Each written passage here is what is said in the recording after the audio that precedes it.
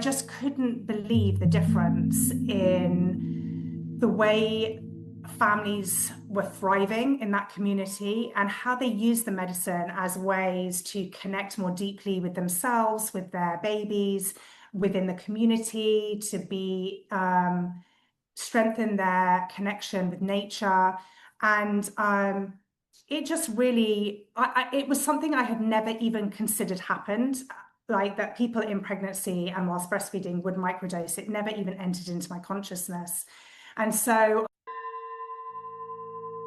Hi, everybody, and welcome to the Flourish Academy and the Psychedelic Revelations podcast, where we provide free and accessible psychedelic education and a welcoming community for all.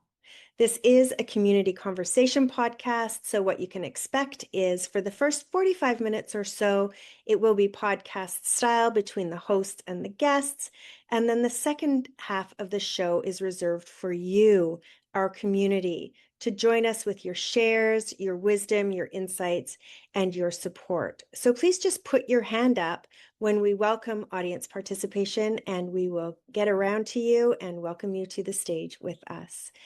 Just a few quick reminders before we begin. You will have received and acknowledged all of our disclaimers when you register to join us in this show. However, just a few high-level things to remember. First of all, this is not a drug marketplace, so please don't offer, please don't ask. Secondly, this is a community and a family that supports and encourages each other. So please do keep your shares respectful and also relevant to the topic that we're discussing today. And finally, we're here for harm reduction and education only. You are responsible for you. So please do seek medical or mental health advice and support if you're choosing to use psychedelics for expanding your consciousness, for healing or growth. And also be aware of the legalities in your own jurisdiction and make sure you're making safe choices. Without further ado, let's go forth to learn, listen, share, and flourish.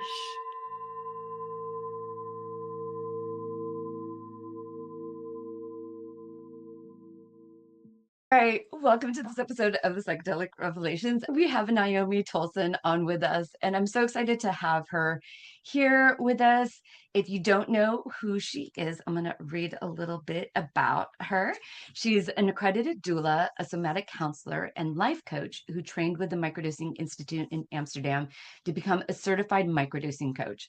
She was involved in the Mothers of the Mushroom Research Project and spent time in a conscious community in Costa Rica, where she met mothers who were microdosing during pregnancy and postpartum. An experience that opened her eyes to the potential of psychedelics in parenthood. She's based in Brighton, UK. Naomi is a mother to 3 boys whom she home educates. She integrates her professional training with lived experience, blending science, somatics, and the sacred to support parents and individuals in healing trauma, cultivating self-compassion, and finding balance in everyday life. Welcome, Naomi. We're so glad to have you here on with us today. thank you. Before we get started, I want to take a moment to see if we can all just kind of drop into our heart space, and especially after my little tech stuff, we need this now more than ever. So if it is safe and available to you, I invite you to take a moment, put your hands on your heart, close your eyes, and take a moment to breathe in with you. Breathe in, take a deep breath. Yeah, let it out. Kind of feel where you are in this present moment. Maybe feel where your feet are. Yeah, I really needed that. And then when you're ready, open your eyes and come back into this space with everybody here. And the way we kind of like to open up every Flourish Academy is with a question. And I'd like to open up to you and give you a moment to give appreciation and thanks, because part of the normal opening is I normally thank Mother Gaia for all of the wisdom that she imparts on us, and to all of the people, the Indigenous people and the wisdom keepers that have come before us to share this medicine with us. So now I'm up to you. Am I just also giving thanks? Yeah, to whatever comes to mind. Like, Gosh, yeah, I love that. And obviously, yeah, I am so grateful and so thankful to the earth and to especially Indigenous communities, and learning so much from their wisdom, but also giving thanks to um, everyone, like me personally, to those who come to me and walk this journey with me, to those who've passed on their wisdom, and to not only teachers and mentors to me, but clients and students of mine who I learn so much from, and always so grateful that people trust me to walk their journeys with them and hold space for them. And I'm thankful every day for that. So thank you for providing me an opportunity to say that. yeah, it's definitely one of those things that I'm very appreciative of Dana, who started the Flourish Academy, how she always brought that in, because it is just a beautiful way to kind of give thanks, because there's a lot of people that continue this journey for us. So, Yeah. you know, as we kind of like get started here, I wanted to first say, like, I am super excited to talk to you, because I also have been working on the Mothers of the Mushroom project. And so that was always like, I was like, you were always this kind of person. I know your name, I know your work, but this is This actually the first time mysterious person. yeah, this is the first time that we're getting a chance, to actually talk about it together. And I wanted to, you know, I'm just curious, like, what kind of brought you over into this to this space, into this work? Because I know my like where I came from. Yeah, sure. Yeah. Um, well, I'll give a little bit of history if that's okay, about myself. Historically, I mean, I've worked with families my entire career. Um, and I started off in nursing, pediatric nursing, trained to become a midwife, then really couldn't get on board with working within mainstream systems, so became a doula, and for many years was a birth and postnatal doula. And I began microdosing myself in not that long ago, really, in 2020, when I began to experience um, a lot of acute anxiety, um, which obviously a lot of people were also experiencing during that time. But I was really looking for an alternative to anything that my doctor was going to offer me.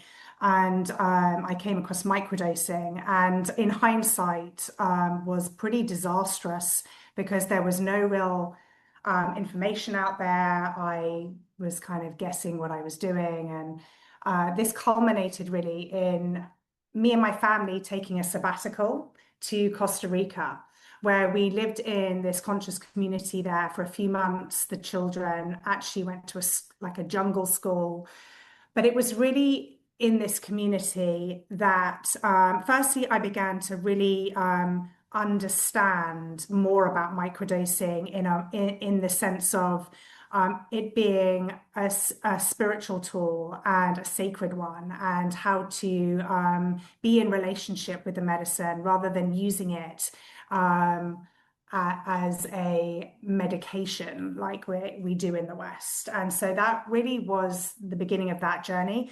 But the other thing that really changed my life was meeting mothers and families within that community who microdosed in pregnancy and in postpartum. And not just microdosed, actually, people also were taking ceremonial doses in those times also. But I just couldn't believe the difference in the way families were thriving in that community, and how they use the medicine as ways to connect more deeply with themselves, with their babies, within the community, to be strengthen their connection with nature. And it just really, it was something I had never even considered happened, like that people in pregnancy and whilst breastfeeding would microdose. It never even entered into my consciousness. And so I just felt transformed by being involved in this and seeing this happen in real time. And so when I came back to the UK, I felt like I could not continue working as a doula in the same way. And I felt a very strong calling to learn more about mushrooms. And it was then very quickly when I returned, I became aware of the Microdosing Institute. They were offering 6-week journey, microdosing cycles where you would be coached and held through that experience. And so I signed up, and it was extremely challenging. I mean, it was probably the hardest 6 weeks, one of the hardest 6 weeks. A lot came up for me, but I was really beautifully held, and so much came from it. And I realized the power of community, but also being guided through a cycle was absolutely night and day to my experiences prior to that. And so at the end of that experience, the Microdosing Institute announced that they were beginning to offer microdose coach training. So I jumped at the chance, and I think it's a little different now, but then it was a 10-month program. So a year all in, with you had to do the personal journey first, and then you could go into the training. And it was in this training, I mean, it was incredible training, and we had incredible tutors, two of whom were James Fadiman, Dr. James Fadiman, and the other was Michaela De La Maico, who is obviously spearheading the Mothers of the Mushroom research. But it was first of all, it was in a lecture with James Fadiman that I spoke to him about, I have worked in the birth world for a long time, and I've had this experience in Costa Rica, and I'm really fascinated about parents microdosing and building relationship with plant medicine as an ally during their parenting journey. And, what do you know about it? What can you tell me? Where can I learn more? And he was really interested also. He said, actually, we don't know that much about parents and their experiences. There is, obviously, like, mainstream science won't touch won't go down any avenues with research with those demographics. And he was like, but I'd love to connect and talk a little more. And then obviously Michaela did an incredible workshop with us. And obviously she is, one of the main voices within psychedelic parenthood, and is someone who obviously has years and years of experience and knowledge and wisdom. And I think the Microdosing Institute saw an opportunity there to connect all of us together. And so we had a few meetings, and Michaela just, she went ahead, obviously, and created this incredible survey for parents to fill out. And really, my part was very small. I always feel so honored and grateful that I'm even mentioned within any of it. And I think my role, initially I contributed financially in a small way to helping it start, and obviously have really spread the survey out, because obviously Michaela and James are in the States and I'm in the UK. So was really spreading the word within the UK about this survey and encouraging people to fill the survey out online anonymously if that felt better.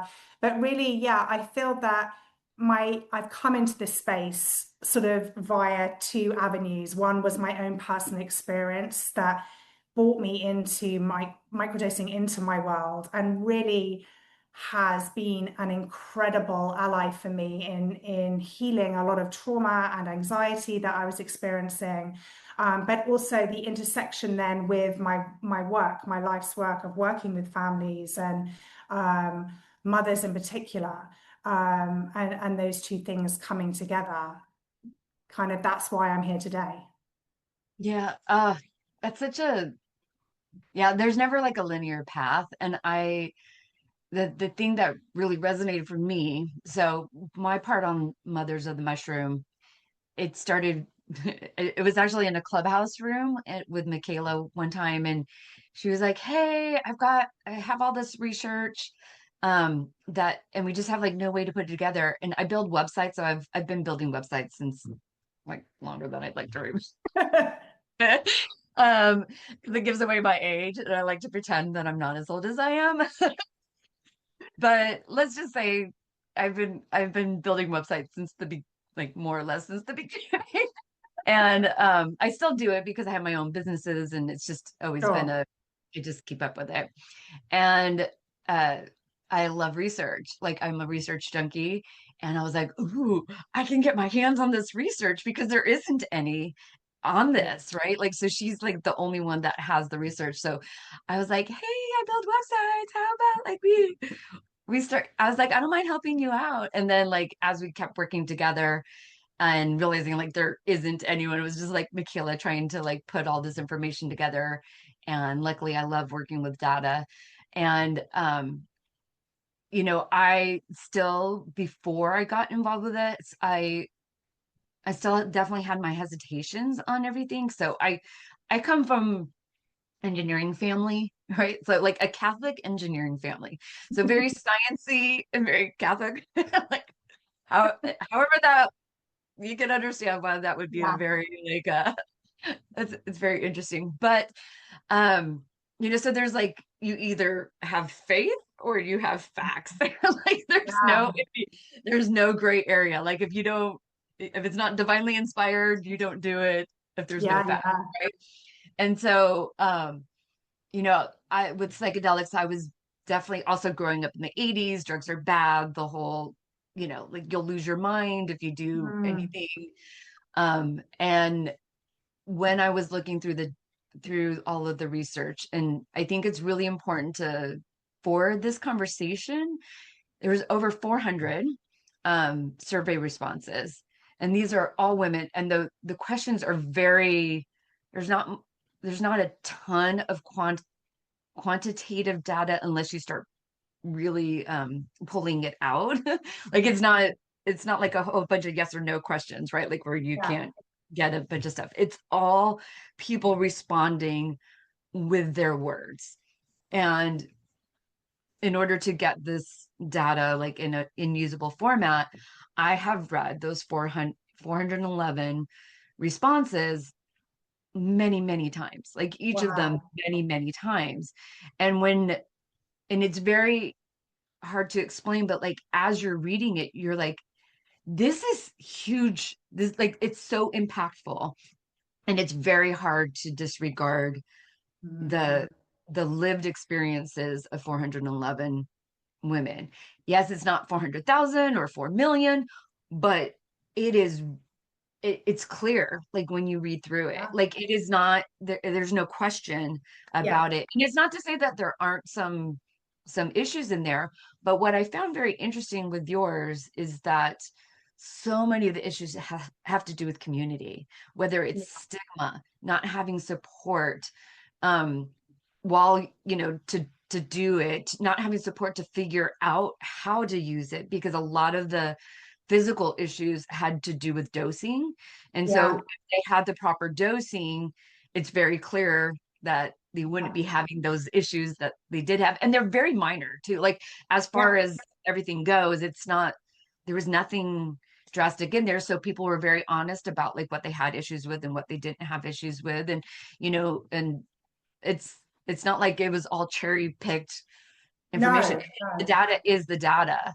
Yeah. And it was just shocking to me how much of it was around stigma and legality. Like the Yeah. vast majority of issues Oh, that for people sure. had Yeah. stem from that. And I see that in my work, that's definitely something, the two main challenges for parents wanting to microdose is definitely those two things, the legality, and obviously in the UK. I mean, I know that there are some states in America where it is decriminalized. Am I correct in saying that? But here in the UK, it's still a Schedule One, class as a Schedule One drug, and that's a big thing for a lot of people, that they feel like they're having to take a risk. Yep. Yeah. And then, like you say, I also grew up in the 80s, and the stigma around psychedelics and the kind of mainstream narrative, especially, around the drug war. It was that, especially around psychedelics, that they will fry your brain, that you'll jump out of a window if you take them, that no good can come of this. And it's really hard then to help people unpack that. And yeah, it's definitely the two biggest issues that I see in my work with parents. Yeah. Yeah, the stigma part it's really interesting when you start breaking it down. Because, like that was my part, right? Like going through the Yeah, research. Um, and kind of figuring, you know, research is useful, but the part about research is like, where do you go from there? Like now yeah, that you have the research, it's like, where do you go? And it became really clear, like, obviously we need to work on the legalization, aspects of it, because also here in the US, it's also Schedule One. So, UK, US, we kind of do a lot of things very yeah. similarly. I We mean, do. same, but different. Same but different. Um, Yeah. and it is, and there's real considerations. Actually, the how I even got into psychedelics is I'm also an orgasm and neuropleasure coach. So I did websites, right? And I Yeah. went from building websites to doing orgasm coaching. There's some things that happen in the middle there. But Yeah. like those are basically like people are like, wait, I thought you were building websites and then now you're doing this. So um but anyways, the orgasm coaching, one of my clients, she came to me with questions about microdosing, and she's a nurse, but you would think, oh, she's a nurse, she can't talk to anybody because she will lose her Oh, job, yeah. right? And so what has been very interesting for me is that the vast majority of my clients are either nurses, teachers, or lawyers, all of which Interesting. cannot have to be very careful Yeah. about how they, or therapists. There's a bunch of therapists in there too. Yeah. you know, where they can't talk about this. Like they have to go to private coaching where there's complete anonymity. They can't, Yeah. they're even nervous about like hopping into a Zoom conversation here because they're like, what if someone discovers that I'm here, Yeah. or right? So, and even if they're not, and so like it's been interesting for me, like helping people also, like not just with mushrooms, but finding legal ways to other forms of help, that are Yeah. um Yeah. and this leads into one thing that I find interesting about this whole conversation too. So I noticed you said microdosing. I'm also microdosing, and nothing against macrodosing. Like I'm sure you have the same thing, right? Yeah. But it's very interesting with microdosing just in general, because that whole less is more concept is so foreign to Yeah. our medicalization Mm. of healing. And everything from like, let's go in and do an intensive 3-hour session, you're in crisis, we need to hospitalize and contain you. Like everything is more, more, more, more, more. And not, there isn't any way of like how to show that less actually usually is more, and like how to, it's really about support with less. That is way Yeah. what I find to be more powerful than, and I'm not saying in all circumstances, I think, Sure. intervention is sometimes important as well, but um I was just curious about like, what do you think about that whole concept? Yeah, I just wanted to go back a minute and just say about, talk like your clients being nurses and lawyers, and I've definitely I've had GPs, doctors come to me for microdose information and coaching because it has to be very secretive and private. And it's also the legality issues have impacted me as well because I've gone down an alternative path for my therapist training, because I feel like I can't really, but for instance, if I was to become a psychotherapist, it would be very difficult for me to be so open about what I do because I wouldn't then not be allowed to be accredited by any of the psychotherapeutic organizations. So I had to go down an alternative route because otherwise, and I've even had, like quite eminent psychiatrists come and for microdosing coaching, and they're just angry about the fact that they know so many of their clients would benefit from this, and yet they're not allowed to say because the risk of talking about it, even risking talking about it, is so huge. The consequences are so huge, and yeah, it's crazy. It's so crazy to me that Yeah. we've criminalized nature. It just blows my mind. But yeah, the less is more as well. This is the thing that is so powerful about microdosing, but is also so difficult because it's so nuanced, isn't it? And it is so different from Western pharmaceutical medication. And I think it's so embedded in our culture and our psyche, even like you have something wrong with you, you go to your doctor, they give you a pill, you take the pill every day, and you don't have to think about it. You just crack on with your day, you do whatever, and it does its thing. And there's no real relationship or participation. And also, it a lot of people come into microdosing thinking it's going to be a quick fix or the magic bullet, like this is going to be the thing that heals me. And even when I say to people, it isn't that, there's always this little part of them that secretly believes it might be. And it's really tricky because I think, it does require commitment and time and space and resources. There's quite a lot of privilege involved in being able to microdose, but it's like a two-way relationship, isn't it? And it's so nuanced, and the dosing is such an underspoken about part of the process, and is a particular passion of mine because I think also due to the legalities of it, let's say in the UK, I don't know if it's the same in the States, but I find a lot of people have come to me having sourced the medicine sort of off a guy from Instagram, or like they don't know the person, and it tends to come packaged as one dose, or sometimes two. I've noticed this. Like it's either like 100 milligrams or 200 milligrams, or you have a choice of either.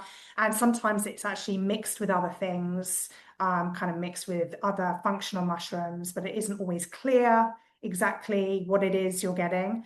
And so I find with my clients, sometimes they'll take the dose, they'll have no understanding of the relationship building, and they'll not feel anything. And they'll be like, oh, it doesn't work. It's a load of rubbish. It's not for me, whatever. Or they'll take the 200 milligram and they'll feel more anxious, they'll feel exhausted, they'll feel irritable, and they're just like, this is terrible. I feel worse. I don't want to take this, and it's not for me. And that's a very common experience because there's no real conversation around, the nuance within dosing that actually, and there is also still quite a lot of feeling like the more you take, the more benefit you'll get. That there is some linear thinking around that. And it's very hard for people to come away from it's so ingrained in everything that it's so hard for people to start to think about it differently. And I always say, you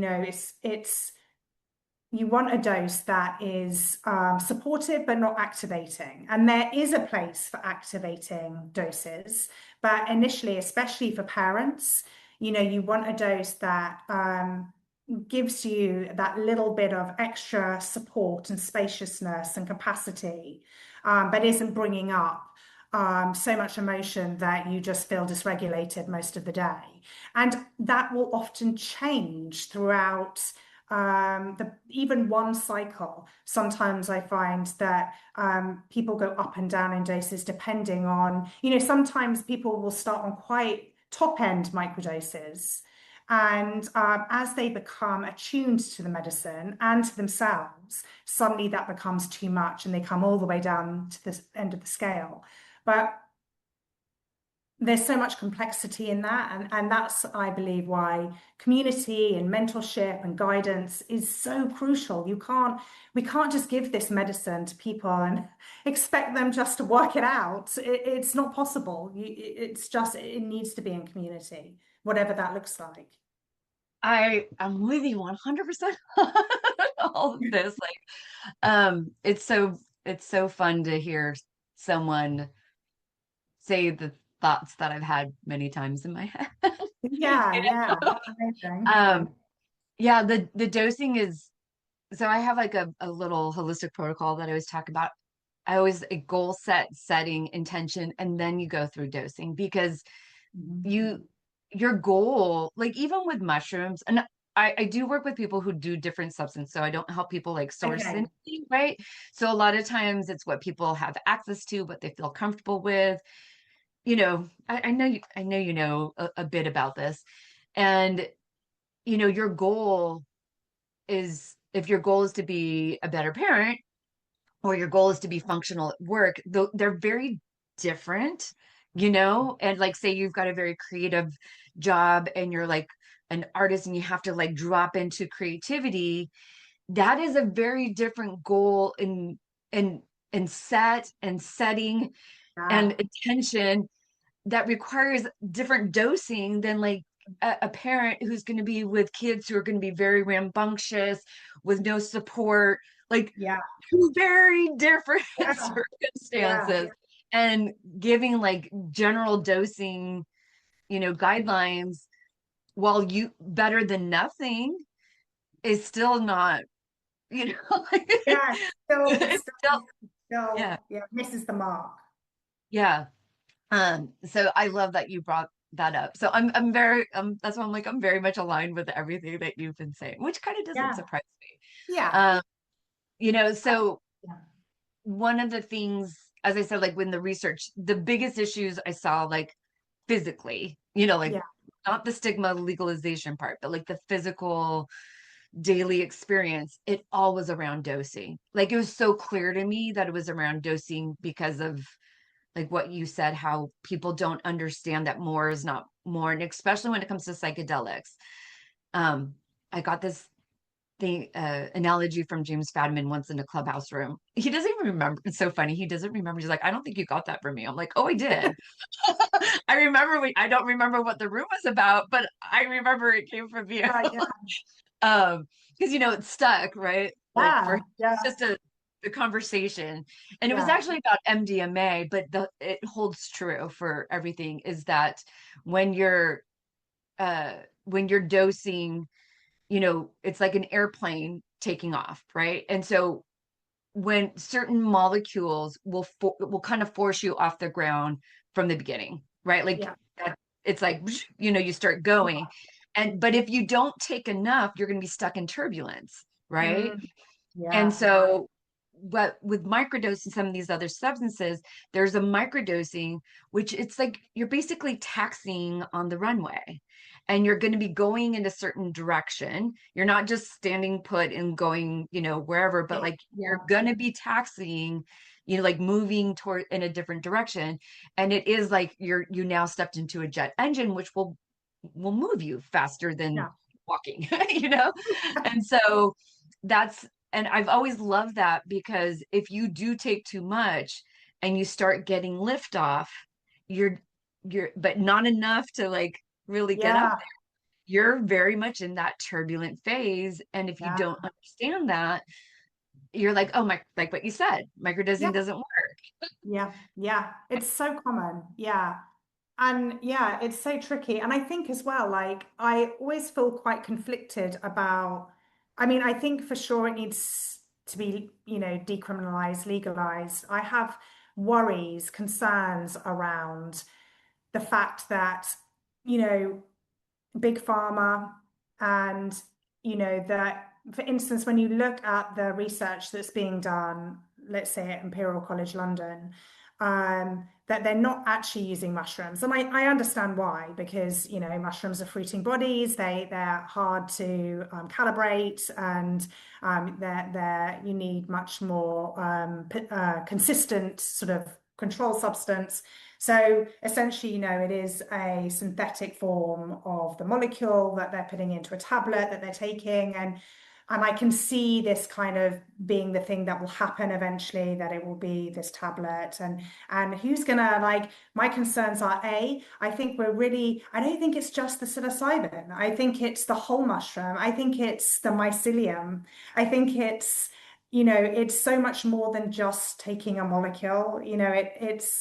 It's the synergy of all those compounds together, and we're going to lose that a little down that sort of more mainstream route in many ways. And I also think, how is that, if that does become legalized for therapeutic use, like, who's going to be giving it, and through what lens, and is there going to be a balance between the science and the sacredness of it? And I really hope there will be, but there's a big part of me that, that's so very, that's not what our mainstream medical model is. That's so very different, and I wonder um, if it would be willing to change to be like that. I don't know, but I think, there will always be, sort of people who really believe in taking the mushrooms itself, or and I'm just focusing on mushrooms because that's my relationship um experience. And yeah, so I think it's that's very interesting to me to watch this unfold. And there is a great organization in the UK called PASS, Psilocybin Access Rights, who are pushing for legalization, and I've taken part in their campaigns and written to my my local MP, to try and, but that side does worry me. Do you have any concerns like that in the States, like around it being sort of over medicalized, I guess? Yeah, I mean, obviously this is personal, right? Personal Yeah, beliefs at the moment. I definitely am with you. And I think those of us who are in this space either have a tendency to kind of move one way or the other. yeah, And you do seem like you're more like me, where we're kind of like in the middle. Because yeah, the reality, I'll use an example that I know that kind of, there's always like these little moments in your life that they anchor in, and yeah, you're like, wait, why is this still there? Because it's yeah, important information. My friend's mom, who was getting older, her doctor was like, oh, or like people have been saying, like, you should try weed, right? okay, yeah, yeah, yeah, Right. And she was like, no, no, no, no, no. And finally her doctor was like, no, I'm giving you a prescription. And she was still so like unsure of how to like go into a smoke shop and go get it. And so her husband, my friend's father, went yeah, in and to the smoke shop, sat to the guy, got information, and like, learned from the guy at the smoke shop, like yeah, basically. And even still bringing up, she was like, I feel so much better. But even still, she really, really struggled with it because all of the messaging, all of this, all of the everything. And I think that when you're in that transition period where people still have these, socialization yeah, paradigms that they're having to overcome, it's not so simple as just say, let's go back to nature, because people just don't live in nature. I mean, we are nature, but until they like know that, like Yeah.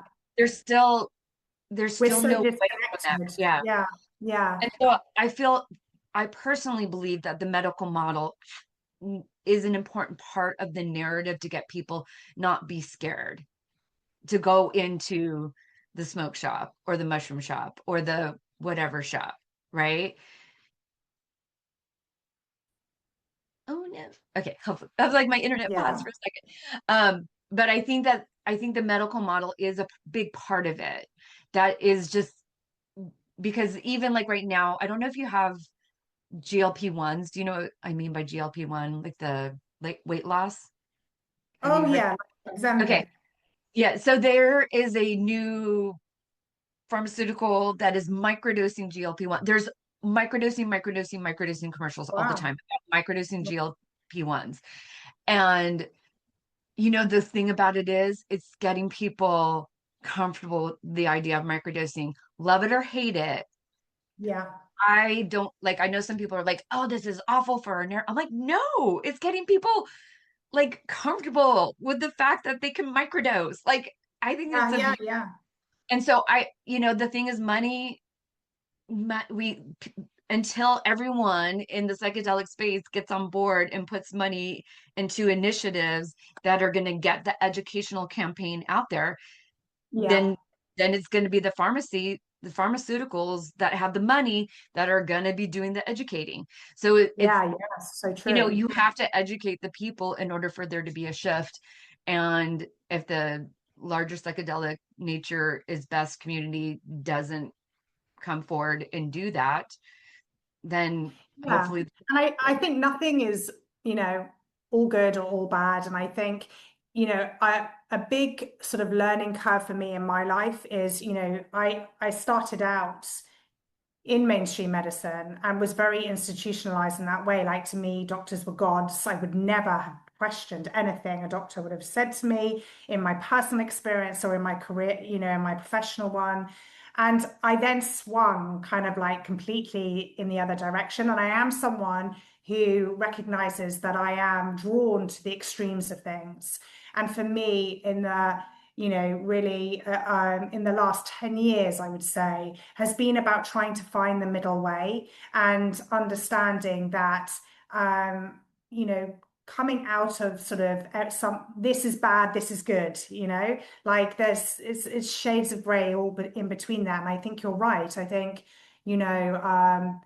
there are many good things about the mainstream medicine getting involved. And Yeah, so I think it's a good thing. I think, people hearing it more, etc., is a good thing. And there are many ways in which those of us who are more in the middle way can step forward and bring a bit of the spiritual sacredness, understanding of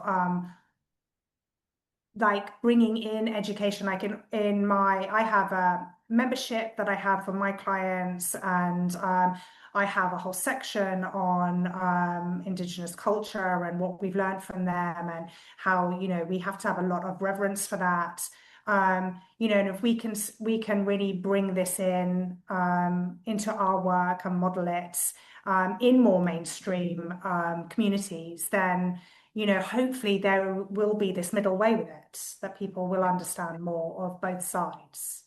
yeah, I agree with you there. I think I mean, it's funny. Last week we had Michaela on. Oh, So okay. we Amazing. actually were talking about rematriating entheogens, and she really gave some great, like, simple things that you could do to start Okay. bringing in Indigenous wisdom into your life. And it was, I mean, I'm a little biased, but you know, love Michaela It's and it is our amazing. podcast. But the thing that I see here is that those of us with privilege, you know, whether that would be money or the color of our skin, Yeah. positioning, you know, like whatever privilege, we all have like some level of privilege for something, you know, Yeah. um, is that we do consistently remember to, like, those of us who can consistently remember to bring in Indigenous voices into the conversation. And I think if we could at least just call out, like, not say, oh, medical community is bad, but just be like, hey, why don't you bring in some, just keep encouraging them to bring in Indigenous voices, because they bring wisdom. The medical community brings wisdom as much as the Indigenous. They're different, but we live in a global community that is both at this point, and we need both voices. And I think when you isolate either voice on either side, it's not going to be as powerful as if you bring everyone together. And I think that's really kind of where I mean, and maybe that's my engineering Catholic like coming into play, one's like all faith and one's like all facts, right? I think that maybe, although I will say Indigenous is factual. Like, I think that's the other part that a lot of people don't realize. There's a lot of science. It's just, I think the science is catching up with the wisdom, Indigenous wisdom. It's often like it's like will be headline news, like, they, like science has confirmed XYZ, and you're like, oh yeah, like you're catching up finally. Yeah. It is about understanding that it's just a different modality. In a way, it's almost like a different language, like it's just a different way of looking at it.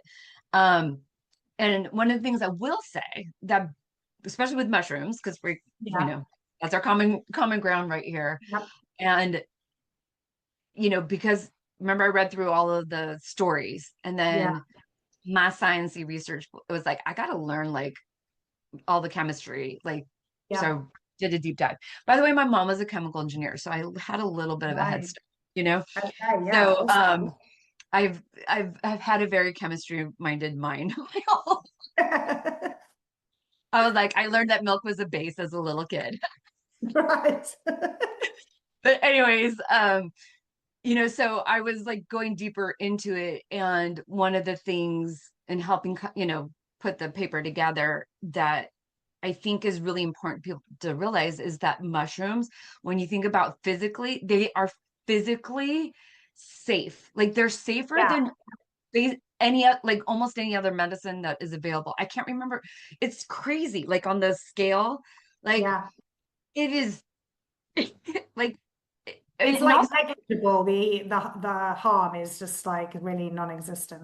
Yeah. Exactly. And the harm really is social. The harm. So, like, when someone, and the reason I will say social is that even if someone has a difficult journey experience and has maybe, whatever categorization that you want to use, like from the DSM, which is like what we have here, depersonalization or anxiety or whatever. Yeah.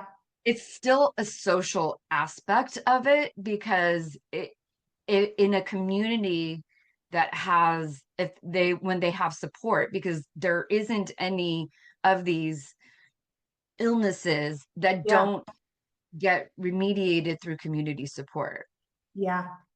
And so it just becomes really clear how all of the issues that could possibly come up would be resolved. And also, they probably wouldn't happen if you had Indigenous wisdom or, more informed knowledge about how to use the substance safely. You would really mitigate so many of the issues that happen anyway. And so, I mean, I don't know like where I was going with that. I'll just no, it's interesting. Interesting. Yeah. Also, it just something in that made me think about, like community and the importance of community, and how we just don't have access to sort of real nourishing community anymore. And that can be really problematic when supporting families with microdosing, because you're having to do it within this culture and society that is almost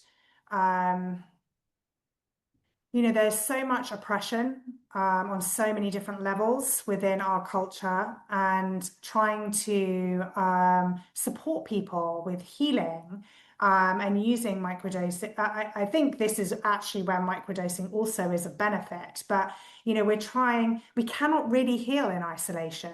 And yet we are so isolated, aren't we? And it's like we've never been more connected to every part of the world, and yet we've never been more alone.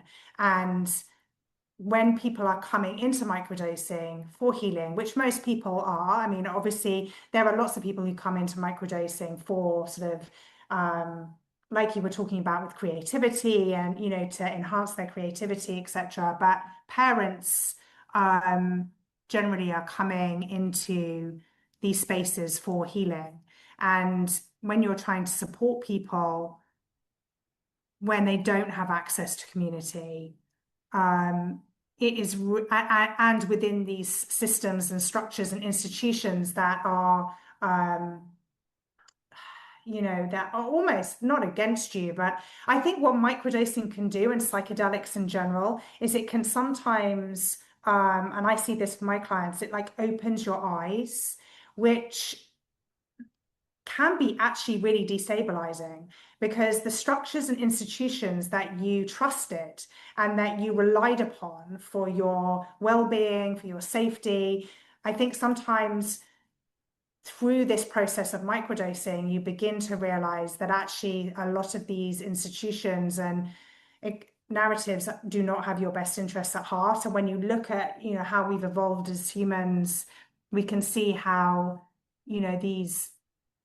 these paradigms and these narratives are just creating more division, more isolation. And I find that, I'm really interested at the moment around community and sort of viewing community through an anti-oppressive lens.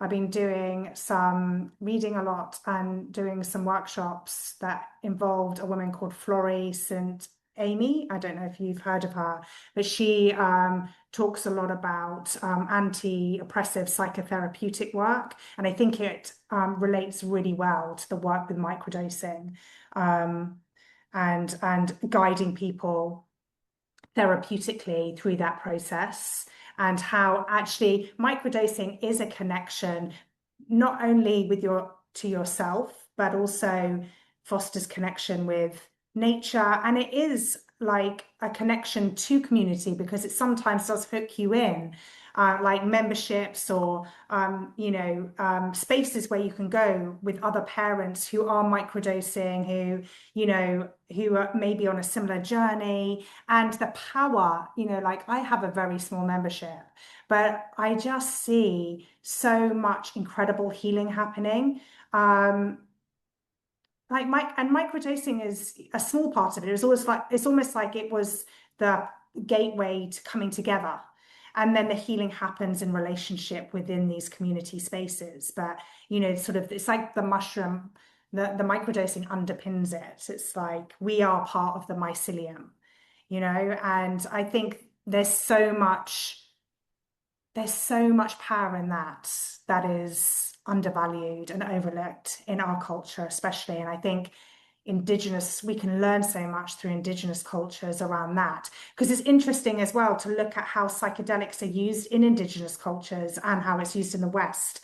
And again, it's not good or bad, but what I've seen is in Indigenous cultures that it is about community, and psychedelics are not this thing you go and do once in a while to heal your trauma. It's like part of the ritual and sacredness of every day, and connection with yourself, with the land, with it's being in communion with those things, with the spirit of the mushroom or the plant or whatever. And it is much more integrated, isn't it, into everyday living and being held by the community as a whole and the plant spirits. Whereas in the West, it is more about, it's held more therapeutically, and I think there's a lot of good in that. But I feel like we miss the community aspect, which is so beautiful, that when you see a small part of that come together, you just realize how important it is, you know? And so I think that, yeah, we need to talk about that more in our culture, because I think people hear it in Indigenous cultures and it feels so foreign, and like we can't really understand what that's like to live that way. It just seems so far from our experience here in the West in particular. And I think if you're lucky enough to get a small glimpse of that, it's only then that you can know about it cognitively. But when you feel it in your body, it's just a whole nother level. Yes. Ugh. There's so many things like I want to like keep saying and talking with you about. Like this is really hard for me to say stop right now. But it's 10 o'clock. Open it Oh up yeah, to other 6 o'clock people to have here. to open it up to the community Sure. because they probably have a gazillion questions like I have. So um I want to open it up right now. So if anyone wants to come off of a camera or unmic, even if you don't want to come off camera and ask Naomi a question, please raise your hand and come up. And if not, I will keep talking to her because I'm Well, loving this. actually, the people who are on this Zoom currently are in my community. Okay, all right. So they have heard me talk about this many times. Then but just anyone feel free, like at any point in time. So if anything we're saying, inspires you to come up, do that. And also let me check because I'm actually live over on Clubhouse as well, but no one's Oh, put yeah. it into the chat. Okay. Um, the what I was gonna, I mean, there was a few things I wanted to say on this that are related to this, the Indigenous wisdom. I'm kind of like repriming my brain. Okay. Right. Um, one of the things that, in particular, like microdosing, and we'll bring it back to like parents and this whole thing is that as much as I do love macrodosing, and I think on a therapeutic healing level, I really see the benefit in there. I also personally like macrodosing, like when I look at it as a whole, like not to say that I'm out there macrodosing all the time, like that's not what I mean. Is that it's more about like a recreational, like like people say recreational. I think of it as recreational, like where you are having this opportunity to kind of like create your life and your beliefs and who you are.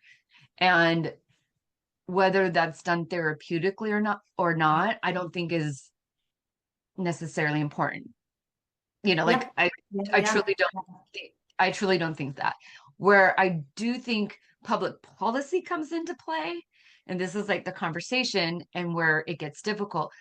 Public policy is going to be looking at everyone as a whole, right? Yeah. So for the most part, you're looking at remember bell curves, right? You're Yeah. looking at the 80% that falls in the bell curve. And when you're looking at people who are like microdosing and doing that, we're on this side. And when you're looking at the people who are, like, no, I'm not open to anything, they're going to be more on this side. And public policy is always going to have to, that's their job is to for the whole, like, Yeah. and it doesn't allow for individuality, at least not yet. We don't have the systems in place or the science in place or the tests in place or the anything else in place Yeah. to truly do individual medicine as a policy, Yeah. right? So, and I think that the conversations around medicine often get conflated to these idealistic standpoints, but like Yeah. medicine is for public policy. And and that it just is a different lens to look at it. Whereas indigenous wisdom is actually more individual medicine. Yeah. And they're two different things. And I think they can live together. Like that's the whole Yeah. point is that they Yeah. can't live together. Um, and I think one of the things you brought up, like with microdosing, it starts to open your eyes to it because you start I mean, I love microdosing personally as a modality because you it helps you develop a relationship with yourself, and Yeah. you stop outsourcing your well-being. And when you Yes. start taking ownership of your life, whether that be, spiritual, physical, mental, emotional, spiritual, social, like whatever component you're working on, once you start like becoming that autonomous individual, you're not reliant on someone Yeah. else telling you what is right for you. And so Yeah. then you start seeing the gaps, Yeah. because you start, it's not necessarily wrong per se, right? It's public policy, Yeah. right? Yeah. Yeah. Like, it's still public policy. And I still will usually stand behind the doctors because they are doing the best they can with the information that they have for the Yeah. circumstances at The hand. Because, system they're in. yeah. Yeah. And in the psychedelic space, so I'm a mom of a special needs child, and this comes up, and it definitely influences a lot of things, because sometimes people be like, oh, you need to grow it yourself and have like, not Right. everyone can. Like, No. not everyone has the capability, nor should they. Like, if you really think Yeah. about what community is pulling everyone's strengths to help like collaborate and lift everybody up. Yeah. Not everyone is meant to grow their own medicine. Like, I'm sorry, they're just not. My Yeah. son will never, my son will always be dependent on other people, right? Yeah. Yeah. And when you're a special needs mom, like, I used to have like an amazing green thumb, and I used to do all this gardening and stuff, but like, I can barely keep a couple plants alive these days. Like, Yeah. but I used to take care of my older son's garden at a school. Like, so like, I'm Right. capable, Yeah. but I'm not necessarily capable within my life anymore because of the circumstances. And I think sometimes narratives get, you know, public policy is a Yeah. one thing, Yeah. right? And like individual, and like, I Yeah. think I think microdosing allows for individual medicine. Yeah. Whereas, but if you don't have access to individualized medicine modalities, like if you're not privileged enough to be able to have the conversations or find the people, that can help you, you at least public policy medicine will do, like, it will cover 80% of your needs. Yeah. Yeah. Yeah. Yeah. It's coming out of that divisive thinking, isn't it? And seeing it, which we're encouraged to do on so many levels. Don't you think? We're polarized all the time. It's like you're either with us or against us. There's no middle ground. It's this or that. And it's like, actually, I am someone who is definitely guilty of demonizing the mainstream medical system over the years. But it's not as simple as that. It's not as black and white. There is a lot of good that medicine does for many, many people. It's not perfect, but nothing ever is. And yeah, it's everything is always more complex, more nuanced, more shades of gray than we like to admit. And I think, yeah, I think there's probably a place for everything. Yep, I agree. There's Yeah, a place for microdosing in parenthood. yes, there is for sure. Um, So I'm just looking over like the notes that we had before. I think we kind of Yeah, covered the majority of the things. I want to, you know, since no one is raising their hand, so let's have an opportunity for you to like kind of recap like where you find like how microdosing really does support parents, and what does that really look like if someone, now that we've gone into the public yeah, policy yeah, yeah. conversation. Well, I think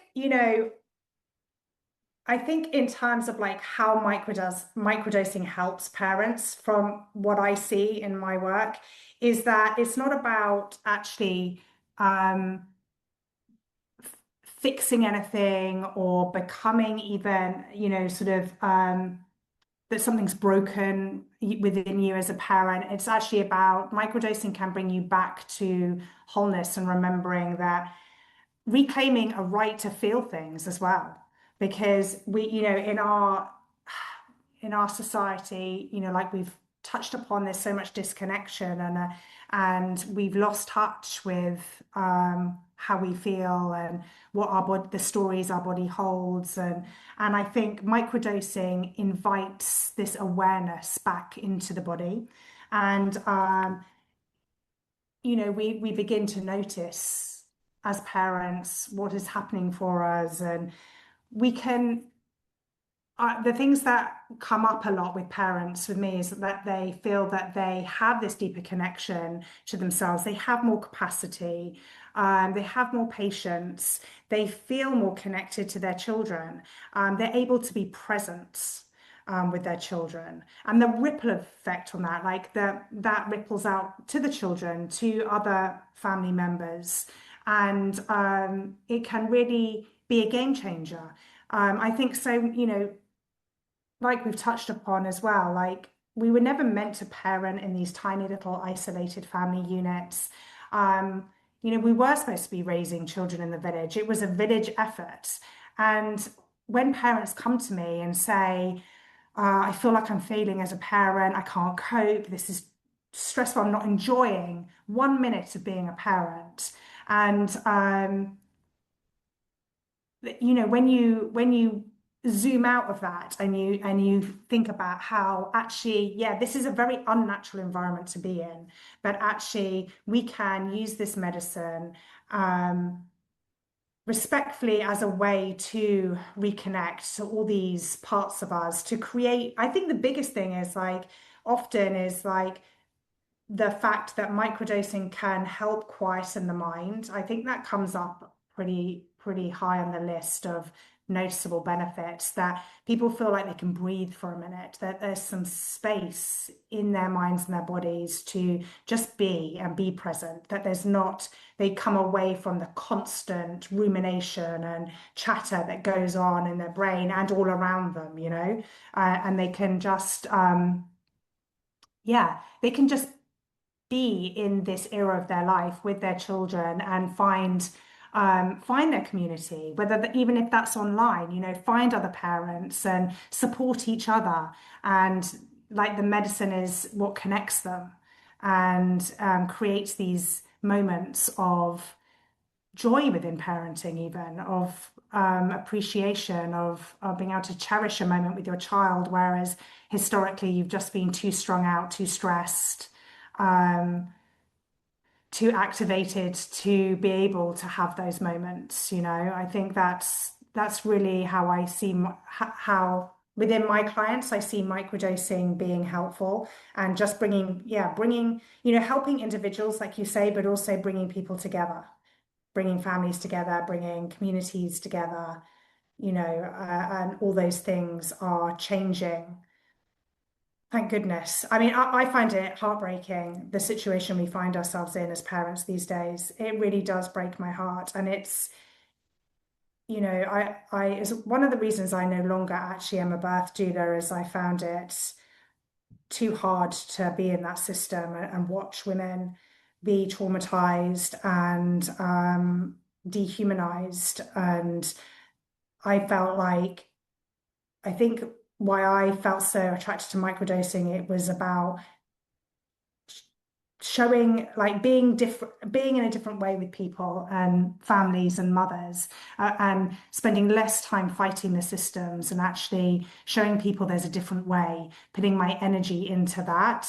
And I've seen it in my own parenthood journey, since my, like if the difference in my life since microdosing, I have gone to Costa Rica for 4 months. I now home educate my children. I've come away from any kind of mainstream work. Like my life has completely changed, all down to microdosing. I mean, talk about opening my eyes and waking me up. It shook me to the foundation I built my life on, in a positive way. And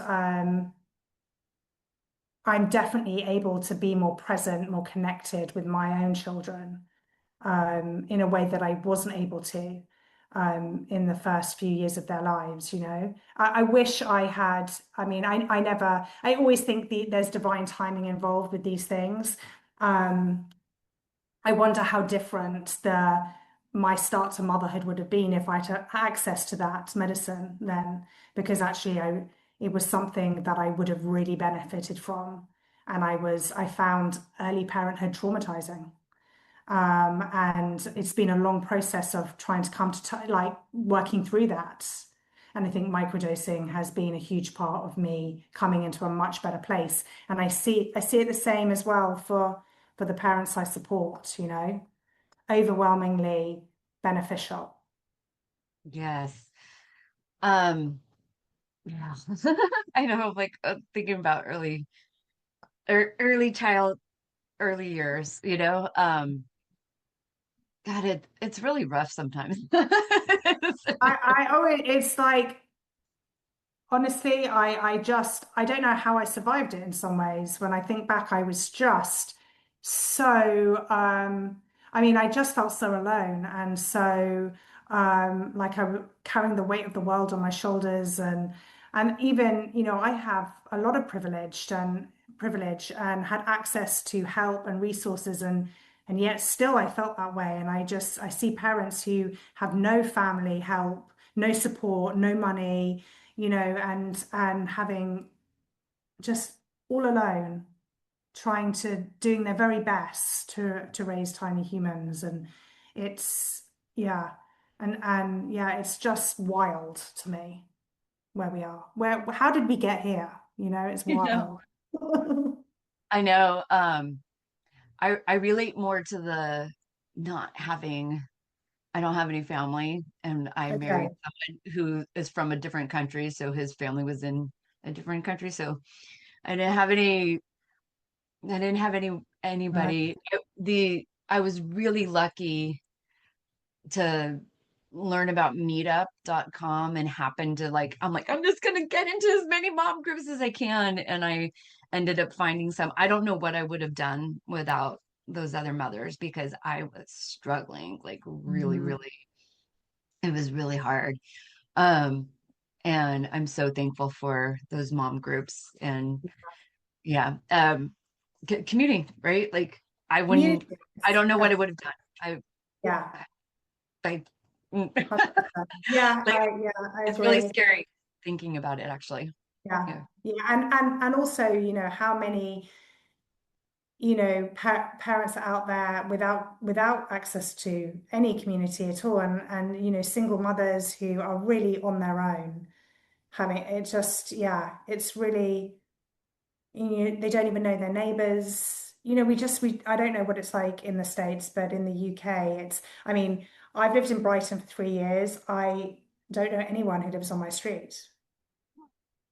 You know, it's just like where is community? And it's like you have to be part of lots of different communities, and it feels a bit disjointed. And you know, I'm moving to Costa Rica, and I'm moving to a community there, and it's going to be such an interesting experience because I've never ever had that, never lived in community like that.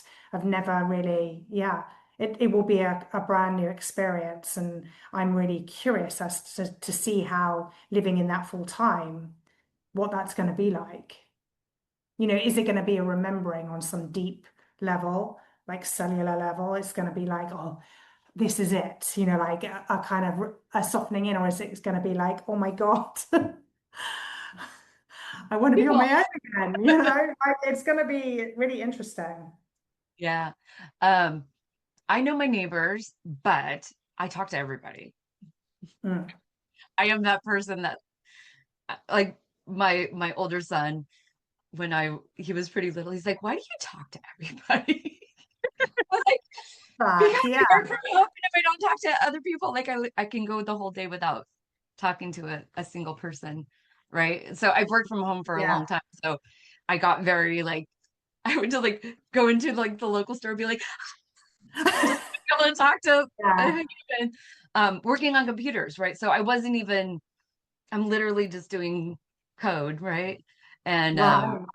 so I that's why I needed to start. Human interaction. Yeah. Yeah. We have Um, British culture is a little different. We're very, one of the things I love about visiting the States is it seems to me like everyone's so friendly and there is more of a culture of being able to just chat to people. There are parts of the UK where if you started talking to a stranger, um, you would be kind of, I don't know, well, you would certainly be ignored. But people would move away, like the weirdo who's trying to talk to people, you know. I don't know how we got to that. It's like, especially in London, like if you talk to someone on the tube in London, like people think you're crazy. If you try to start a conversation, people would think you were crazy. Yeah. So it's like, how did we end up there? Yeah. Yeah, it's You can't even say hello to someone without the other person finding that strange or weird. oh, oh, Yeah, I know. It's that's heart hurting. Um, yeah, there was something I was gonna say earlier, but like that's just sitting with me right now, going, oh, that would be really hard. Um, I think that I hope we do all get back to community as more and more community. And it's true what you were saying about even being in a small group, at least with, having something that you're aligned with. Like the microdosing is one. Like unfortunately, there's been some mothers where I've connected with them where I'm like, I'm so sorry that this is how we're connecting because it'll be like having special needs kids. right. Yeah. Like, I wish it wasn't because of this, but I'm glad you're here. I'm glad we're here together Yeah. versus being there alone. Yeah. And, uh, when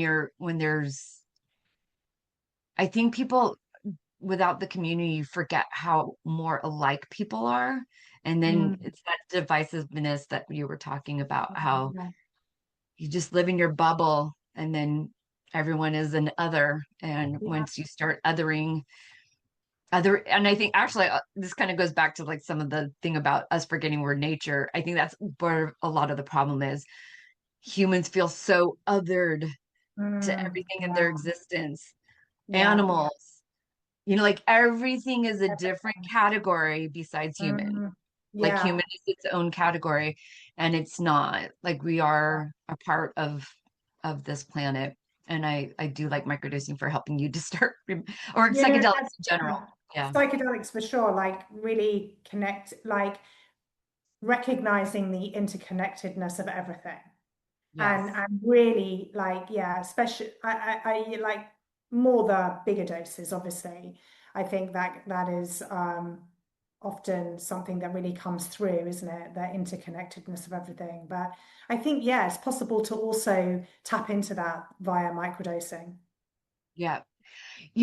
Actually, I'm glad you brought up bigger doses because it reminded me of what I wanted to say earlier, and then I forgot. Remember, I was trying to Yeah. remember. I now remember. So, a few weeks ago, there was a research study of that psilocybin during postpartum causes harm. Oh, And I think I saw that. yeah. Yeah. So I went through the research. Now there happened to be another research study that I saw the same day. Like this is like my hobby. Like I read research studies every Yeah. day because like it doesn't matter. Like it's not always psychedelic related. Like Okay. I've been Swimming, for jam. yeah. Yeah. I average about 5 research studies a day, like because Wow. I know I don't read as many books, but I do read a lot of research studies. Okay. um, I occasionally read books. Anyways, the same day there was also one on psilocybin and chronic pain, and what I found very interesting about it is, well, the research study, once you do like a human equivalent dose of the micrograms, it ended up being like a 1.14 gram journey. And Okay. for the postpartum one. And Yeah. then for the chronic pain one though, they actually looked for the smallest effective dose. So Okay. they ended up actually finding that the most effective dose was closer to 0.38. So like it would be like, on the higher side of a microdose, right? Yeah. Yeah. Um, and it was very interesting how, like I mean, I don't know about you, but I can imagine as a mom taking a 1.14 gram dose and being like, I cannot be near my kids. Oh my God. Yeah. There's no way. Oh my God, like, go away. That's nightmare. Yeah. And like when I'm reading the story, I'm like, of course the mouse did not want like be around their kids. Like they were probably very like, oh my God, I can't deal. So I wanted to bring that up in case anyone who's listening to this and you come across these things, and it brings it back to like what we were saying at the beginning with dosing. Dosing is a really important part of the conversation. It is not, I know you work just with psilocybin, but there's many other substances out there Yeah. that people are working with. And it's also, you know, when you're looking at research studies, they're taking averages, right? Right. So they're looking at that 80%, bell curve kind of scenario. They're looking Yeah. more at public policy versus individual medicine. And, and the researchers themselves are often, they are so uninformed about microdosing. They are Yeah. so, because it's not the normal medical model. They don't, No. like Dr. Connor Murray, he did research with LSD out of Harriet DeWitt's lab, and they actually showed that microdosing was super effective. And they showed Yeah. that it does have changes, and that they also showed that when you get too high and not into macrodosing, we're talking about that turbulent phase, that Yeah. it causes issues. And so Yeah. like, a lot of times with these studies, I think that like people need to realize that they need to look and see like, did they do, dose different dosing across the Yeah. Yeah. Which they generally don't. yeah, and which, I'm sure I haven't taken your course yet, but I would assume like microdosing, and even the way you were talking about like 100 versus 200, and also understanding that strains make a Yeah. difference too. Yeah. Like it's so much more nuanced It as is. this conversation. And when you are just jumping in, grabbing a 200 milligram microdose, because I mean, I know so many people who are like, oh, I'm supposed to take 300. I'm like, oh, that's like, Wow. why are you starting with the 300 milligram? Like, oh, that's what my friend said. Yeah. It's, This is it, right? I'm like, Yeah. oh my God, no, like, Yeah. okay, I mean, start. I think I took three and a three and a half, yeah, 350 milligrams when I first started microdosing. And I even took amounts that I was having quite significant sort of um, perception distortion. Yeah. I was on a Zoom call, and people started to look like, when I was like looking at someone on the Zoom call, everyone else on the Zoom call started to like turn into like quite demonic and sort of gremlin-like, and it was really freaking me out. And yeah, when I look back and I was like, wow, that was not a microdose. No, that's a mini dose. Like, That was nowhere near a microdose. Yeah. yeah. And also supplements, this conversation doesn't come up hardly ever too. Like different supplements actually can like a lot of people don't realize like their food and everything. Some of them Yeah. a lot of people have very high MAOI food like diets, Yeah. right? So there's I, a lot of like, so for people who don't know, sorry, can we go a few more extra minutes? Are you yeah, I'm all okay right? to do that. For people who don't know, MAOI will actually um, it's called a monoamine oxidative inhibitor. And so it will actually strengthen the effect, like for all intents and purposes, it strengthens the effect of the dose that you're having. And so you could take what would be a microdose, but if you have MAOI supplements or MAOI high MAOI diet, what would be 100 and maybe a microdose for you without the MAOIs ends up Yeah. becoming a mini dose, right? Yeah. And so this is once again like community and indigenous wisdom, like Yeah. they understand how they have a deeper connection to plants and the wisdom within the plants. And Yeah. uh that's one of the reasons I also like microdosing too, because I see some of the issues that people have in macrodosing Yeah. experiences. I'm like, did you check all of their supplements and what their diet was like? And there's a reason why, like ayahuasca dieta, there's a Yeah, yeah, reason why they do dieta. And yeah, it's because they understand that other things have interactions and yeah, that it will. So if you follow a dieta, the medicine will work a certain way with you. yeah, If you go yeah, off of dieta, you're bringing in more unpredictability. yeah, yeah. And And that more layers to like almost barriers sometimes for the medicine to work. Yeah, in the yeah. way that it needs to. Yeah, Exactly. And then, once you start getting into like human dosing too, so that's once again the difference between 100 and 300 could be huge based off yeah, how people are eating, how sensitive they are. Like some people are very dissociated from their body, right? yeah, Where they haven't quite got the yeah, embodiment, in yeah, yet. And then other people have become so embodied that they're hyper aware of any single sensation. yeah, yeah, And the dosing is different for yeah, those people. And yeah, yeah, I just think I'm glad you're out here, you know, with this wisdom and understanding that, not like research is great. It helps us to understand, it helps us to feel secure within the medical model, you yeah, know? yeah. Um, and I'm thankful for the research because I got to see like, wow, psilocybin is really freaking safe. Yeah. It really is. Yeah. Like, okay, I don't see any. It has to do with the other issues. It has to do with like if you don't have support mechanisms in place and you don't have a relationship yet. Like, how do you, since you said you have a few more minutes, how do you approach people who are maybe thinking about doing it while pregnant? Like, I mean, I personally would really like people to start with microdosing, you know, versus like I know people macrodose during pregnancy Mm, and then postpartum.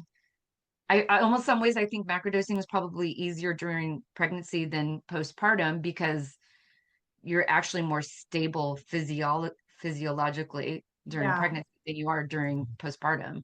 I mean, what are your Yeah. thoughts on that, if you don't mind? Yeah. No, to be honest, my experience with people in the UK macrodosing and contacting me in pregnancy is I like one or two.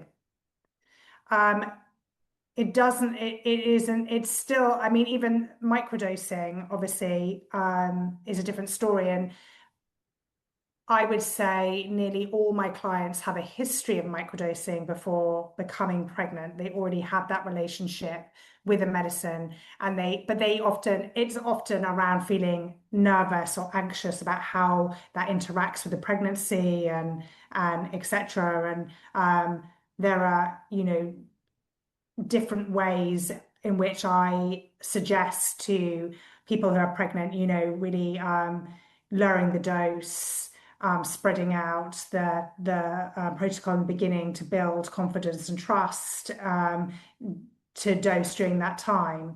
I had one client who did a larger dose, but I wasn't with her.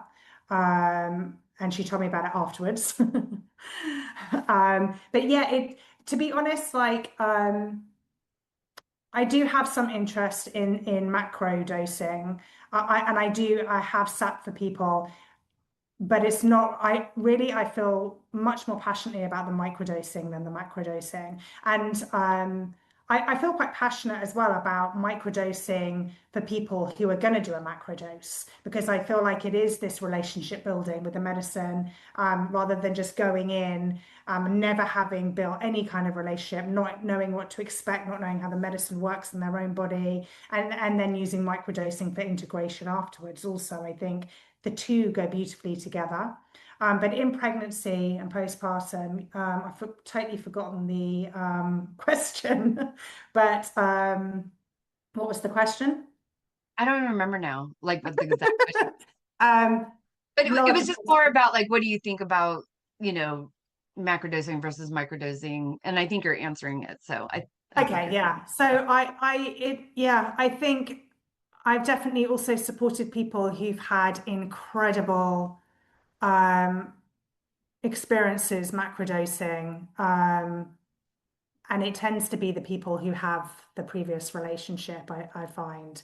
Um, yeah, I'm not that interested in just sitting for people whilst they have large doses. That, you know, all of my career and all of my interest is in relationship with people.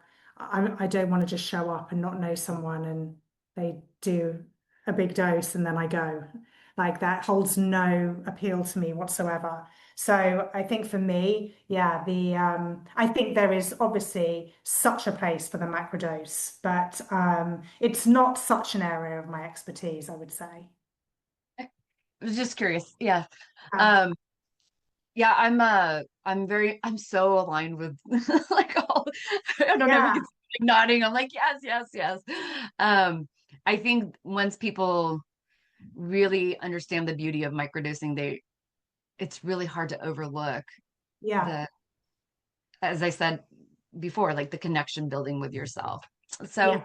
oh my gosh, I could keep talking hours, Yes, but me too. It's so uh, nice to chat to you. before we go, is there anything that we haven't discussed that you would like to say and I tell mean, everybody? I could talk about this all night.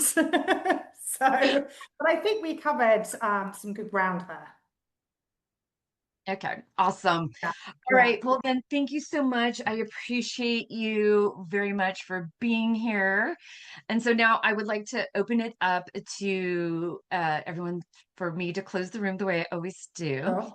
And so I invite you to take everyone to take a big deep breath in together. And now let's sigh or growl it out. Whoa.